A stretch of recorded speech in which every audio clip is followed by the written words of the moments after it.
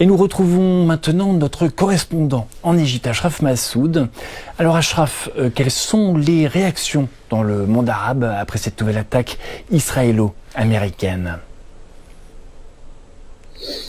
Bonjour Yves, alors jusqu'à maintenant il n'y a pas de déclaration officielle de la part des pays du Golfe. Si on parle de l'Égypte, elle avait auparavant averti contre toute frappe israélienne ou américaine contre l'Iran, mais bien sûr maintenant c'est trop tard. Le Parlement égyptien a convoqué ses membres pour une session urgente avec la participation du Premier ministre et du ministre des Affaires étrangères pour discuter de la situation et des répercussions, surtout économiques, sur l'Égypte. Nous avons une déclaration de la part de Monsieur Netanyahou qui a dit que l'objectif de cette attaque contre l'Iran, c'est la destitution du régime iranien.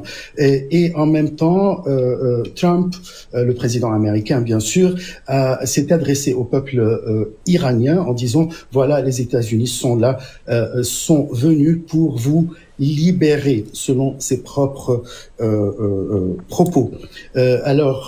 L'Iran, en ce moment, juste après l'attaque, a riposté, comme vous venez de dire, mais c'est pas contre Israël seulement, mais aussi il y a des missiles qui ont été lancés contre ou sur les bases militaires américaines qui se trouvent au Bahreïn, en Arabie Saoudite, au Qatar, au Koweït, et on vient d'apprendre que même il y a des missiles qui sont tombés ou bien qui ont été arrêtés en Jordanie.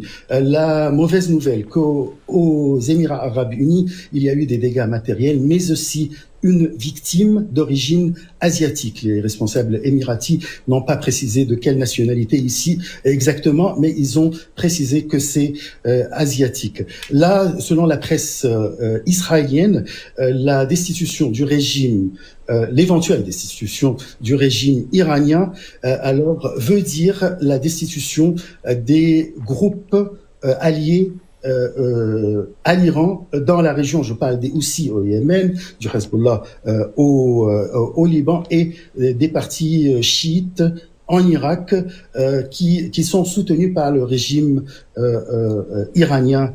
Bien sûr. Là, il y a eu d'annulation des vols de l'Égypte vers quelques pays du Golfe, ainsi que les Émirats arabes unis a fermé son espace aérien. Ça, c'est la situation jusqu'à présent dans la région.